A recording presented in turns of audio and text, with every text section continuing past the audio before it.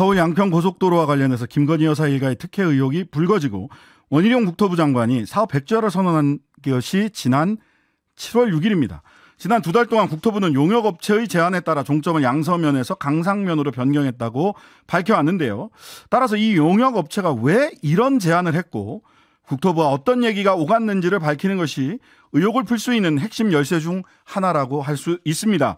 이 용역업체의 실체가 조금씩 드러나고 있는데요. 국회 국토위 소속 이소영 더불어민주당 의원 연결합니다. 안녕하세요. 안녕하세요. 경기도 의왕시 과천시 국회의원 이소영입니다. 네. 자, 종점 변경을 제안한 업체 동해종합기술공사. 네. 이 용역업체가 도대체 어떻게 해서 2년이나 걸린 KDI의 예타 보고서와 서울대 교수 등 관련 전문가들이 만든 이 예타 보고서를 뒤집었을까 2달 만에 궁금했거든요. 근데 이 업체 어떤 업체입니까? 이 업체가 너무 이상한 거예요. 네. 우리 국토위원들이 다들 도대체 이 업체에 누가 있길래 이렇게 KDI가 2년 동안 한 걸 뒤집어 엎고 또 이번에 이제 저희가 결산 심사 과정에서 자료를 받아보니까 네네. 보통은 용역사면은 발주 기간에 이제 진도 보고서도 내고 네. 과업 지시서에 되어 있는 과제들을 다 이행해야지 돈을 받아갈 수 있지 않습니까? 그렇죠. 근데 이 업체는 월간 진도 보고서도 제대로 제출을 안 했고요. 사후적으로 제출한 것으로 보이는 그 보고서들도 다 상호 모순됩니다. 그리고 BC 분석을 하겠다라고 과업지시서에 적혀 있는데 그러니까 비용 편익 분석이요. BC 분석. 네, 예. 비용 편익 분석이 적혀 있는데 원희룡 장관의 말 맞다나 비용 편익 분석은 진행되지 않았거든요. 그렇죠. 그런데 국토부가 준공 확인서라고 하는 것을 발급해서 18억 6천만 원의 용역비를 다 지급합니다. 전에. 정말 그게 이상했습니다. 대한민국 정부가 그렇게 만만한 곳이 아닌데. 원래 용역사는 단 하나의 과업만 완수하지 못해도 돈을 못 받아갑니다. 맞습니다. 그게 이제 상식인데요. 그래서 저희가 너무 이상해하고 있었는데 그 와중에 지명원이라고 하는 이제 서류가 입수가 됐거든요. 네. 저도 이제 이 단어를 처음 들어봤는데 뭔가 하니까 이런 용역 업체들이 자기들이 용역을 수주하기 위해서 여기저기 홍보를 하는 브로셔 같은 그런 문서를 지명원이라고 저를 하더라고요. 지명을 원합니다. 저를 지명해 주세요. 뭐 이런 뜻인가 봐요. 예. 맞습니다. 그래서 이 동해종합기술공사가 여기저기 제출한 지명원을 보니까 우리 회사에 국토부 출신도 있고요. 도로공사 출신도 있고요. 전관이 뭐 한 몇십 명 됩니다. 이런 내용들이 들어가 있는 걸 확인을 했습니다. 그래서 이제 요약한다면은 저의 인상으로는 이 업체는 엄청난 전관 카르텔의 끝판왕 업체다. 네, 국토부와 도로공사하고는 정말로 밀접한 굉장히 다양한 이런 속닥속닥하는 얘기를 할 수밖에 없는 그런 곳이구나 이걸 알게 됐습니다. 오늘 그 국회에서도 이거 사용하셨나 본데 지금 유튜브로는 라디오 들으시는 분은 못 보시겠지만 유튜브로는 서울 양평 고속도로 종점 변경한 용역사 전관 실태 1 해가지고 조땡땡 사장 뭐 이런 분들이 한국도로공사에 재직하셨다. 이 몇 명이나 됩니까 전관들이? 그 지명원에 따르면 직접 고용돼 있는 거는 12명인데요. 도로 SOC 부분에서 이제 이 용역을 수행한 거잖아요.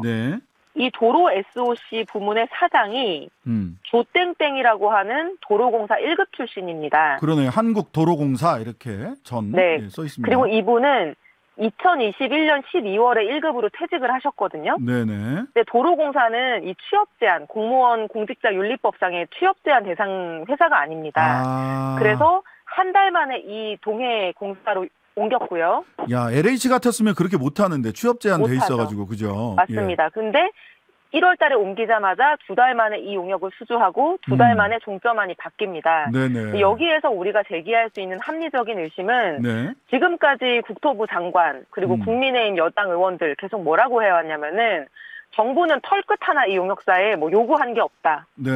아무런 관련이 없는데 이 용역사가 경제성, 환경성, 기술적인 요소 이런 거 다 고려해서 최적의 강상면 종점안을 그냥 제안한 것일 뿐이다. 전문가들이 제안한 건데 우리가 뭘 어쩌겠냐. 그러니까 특혜 의혹 없다 이렇게 얘기를 했었거든요. 그런데 실상은 알고 보니 아까 이제 말씀드린 12명의 직접 고용 정관도 있고, 네. 또 78명의 간접 고용 정관도 있습니다. 그러니까 정책 임원 뭐 리스트 이런 게 있네요. 맞습니다. 추정컨대는 예. 이제 이분들을 다 월급을 주는 거는 아닐 것 같고요. 거기 보면은 직책이 사장, 회장, 부사장, 부회장 막 이런 식으로 적혀 있거든요. 그러네요. 그러니까 그런 이제 명함을 파고 다니게 해주면서 이분들이 어디서 뭐 용역을 영업하시는 거지, 따오면 영업. 예. 네, 인센티브를 주고 아마 이제 이런 관계일 거라고 추측이 되는데, 이것도 간접 고용이지만 이분들이 이 회사를 위해서 일하고 있는 것이기 때문에 당연히 이 용역업체 입장에서는 인적 자원이 되는 거죠. 네. 그래서 저희가 추론하고 추측해 볼 수 있는 거는, 굉장히 합리적인 의심은, 국토부나 도로공사가 이 용역사에 영향을 미치려고 했다면은 얼마든지 미칠 수 있었다. 이 정관들을 통해서. 네. 네. 저 이 동해종합기술공사 윤석열 네. 대통령을 좀 피해 다니셔야 되겠네. 전형적인 윤석열, 건설 카르텔로 그렇죠. 보이거든요. 이거 혼나겠는데, 대통령님한테. 전관 카르텔은 사회악이라고 하셨잖아요. 예, 예. 그리고 원희룡 국토부 장관도 그 철근 누락 사태 때 네. 단순히 그냥 LH 정관이 한 명 있거나 또는 그 전관 업체하고 같이 컨소시엄을 만들었다는 이유만으로 공모까지 당선된 업체들하고 전부 계약을 중단하셨거든요. 그렇죠. LH가 손해배상 책임을 부담할 수 있는 것을 감수하면서까지. 근데 이게 논리적으로는 어떻게 되는 거냐면, 네. 그 LH 철근 누락 사태 때 전관의 존재만으로 부실 위험이 있다라는 그런 논리였어요. 그랬죠. 그렇게 치면 이 서울 양평 고속도로 용역도 부실투성이일 수밖에 없는 거예요. 예. 이 정관들이 영향을 미치고 정관들의 어떤 그런 영향력으로 인해서 이게 공정하게 되지 않았을 거 아닙니까? 네. 그러면 강상면 종점안도 이게 객관적으로 공정한 종점안이라고 볼 수가 없게 되는 거죠. 그래서 네. 지금 원희룡 장관이 여러 가지 이런 뭐랄까요, 충격요법 같은 알겠습니다. 것들을 여기저기 예. 쓰고 있는데 그런 것들이 다 모순투성입니다. 네. 자, 그런데 지금 보면 네. 2010년경부터 소위 김건희 일가가 네. 이 강상면 인근에 땅을 사기 시작을 했잖아요. 네. 그러면은 이제 지금 2023년이니까 이 고속도로 종점이 강상면 쪽으로 온다는 거를 10년 전부터 준비했냐? 왜 그때부터 땅을 샀을까라고 하는 궁금증이 있었는데요. 네. 그 2022년에 종점을 왜 변경했느냐, 이거는 밝히기가 되게 어렵습니다. 네네. 왜냐하면 이 뭐 종점 변경을 만약에 어떤 권력자가 입김을 불어넣었다고 하더라도 그게 뭐 어디 공문으로 한 게 아닐 거 아니에요. 그러니까 양심 선언이나 내부 고발이 나와야지 우리가 이제 알 수 있는 걸 텐데, 네네. 사실은 2022년에 왜 종점이 변경됐느냐 하는 것보다 네. 2010년에 이분들이 땅을 왜 샀느냐라는 것에 초점을 맞추니까 굉장히 큰 그림이 보이기 시작했거든요. 입구를 먼저 찾아보자. 입구에 무슨 네. 이유가 있는지. 예. 네. 이 대통령 처가는 원래 이 강상면에 땅이 있었고요. 네. 그 이후에 2010년에 땅을 대량 매입을 추가로 합니다. 네. 그런데 그 땅 매입할 때 다른 호재는 거의 하나도 없었습니다. 아직까지도 그 병산리를 가보면은 다 논밭이거든요. 그렇죠. 예. 그런데 유일하게 2010년에 있었던 일이 뭐냐면 김성교 양평 군수, 네. 양평 군수의 1번 공약이 강상면에 IC를 만들고 그거를 서울 송파하고 연결하겠다라고 하는 고속도로 건설 공약이었습니다. 민자고속도로 건설, 송파 강상 IC간 민자고속도로 건설 이렇게 돼 있네요. 맞습니다. 네. 네. 그리고 이게 군수가 할 수 있는 일이 아니기 때문에 네. 김문수 경기도지사 후보의 공약에도 반영을 합니다. 그리고 이 두 분이 2010년 6월 2일 날 당선이 됩니다. 예. 그리고 김건희 여사 일가는 2010년 9월에 이 땅을 사기 시작합니다. 3개월 후부터. 네. 그런데 이 당시에는 이 고속도로 공약 말고는 다른 개발 호재가 이 지역에 없었습니다. 그러면 왜 샀을까요? 이 김성교 군수와 김문수 지사의 공약이 실현될 거다, 이렇게 생각을 하고 땅을 샀을까요? 그렇게 볼 수밖에 없지 않겠습니까? 네. 근데 이게 굉장히 오래 걸렸습니다. 2010년에 이 공약을 믿고 땅을 샀는데 2022년이 돼서야 어쨌든 간에 그 고속도로가 종점이 그쪽으로 갔으니까요. 네.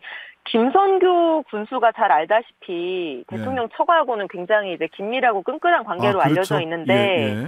이분이 2010년에 이제 다시 당선이 되고 나서 노력을 합니다. 네. 근데 강상면 종점으로 하는 안은 받아들여지지가 않아요. 그랬죠. 그래서 이제 경기도에 이 제안을 했는데 반려를 당합니다. 경제성 등등 이게 타당하지 않다고. 그래서 원래 이제 공약은 불발이 된 거죠. 근데 이제 그 반려될 즈음, 불발될 즈음에 도로공사가 네네. IC 개설하고 싶은 지자체 신청하세요. 우리가 돈 조금 보조해주고 IC 만들어드릴게요. 이런 이제 네네. 공모를 내거든요. 네. 거기에 양평군이 공모 신청을 해서 굉장히 예산이 작은 지자체임에도 불구하고 군비 103억 원을 여기에 투입을 해서 남양평 IC라고 그랬죠. 하는 IC를 만들었어요. 예. 처가 땅 바로 근처에 냅니다. 네네. 제가 차로 가보니까 이 대통령 처가 땅에서 3분 정도밖에 안 걸리는 그래요? 그렇게 곳이거든요. 가까워요? 차로. 예. 거기에 남양평 IC가 2013년에 만들어지는 결정이 나오게 되고요. 그럼에도 불구하고 서울 가는 고속도로는 없었죠. 그 이후에 추진이 됐지만 KDI나 어떤 공적 기관들은 다 양서면 종점으로 계획을 했었거든요. 그렇다면 결과적으로 IC 먼저 김성교 군수 시절에 IC 먼저 만들고 IC 인근으로 고속도로를 끌어다가 붙였다. 2022년에 네. 결국. 야, 12년 프로젝트가 그림이 완성되는 듯한 모습이 보이네요. 그렇게 이게 평가할 수도 있겠어요. 네. 네. 우연인지 필연인지는 우리가 뭐라고 말하기 어려울 수도 있지만 네. 적어도 확실한 것은 2010년에 김성교 군수가 내걸었던 공약이 두 가지지 않습니까? 강상면에 IC 내고 서울로 가는 고속도로 두 가지가 2022년에 완성됐다라고 하는 겁니다. 자, 오늘 말씀은 여기까지 듣겠습니다. 양평 네. 고속도로 추적자 이소영 더불어민주당 의원이었습니다. 감사합니다. 감사합니다. 하루 종일 기다려지는 진짜 시사. 평일 저녁 6시 5분 신장식의 뉴스 하이킥.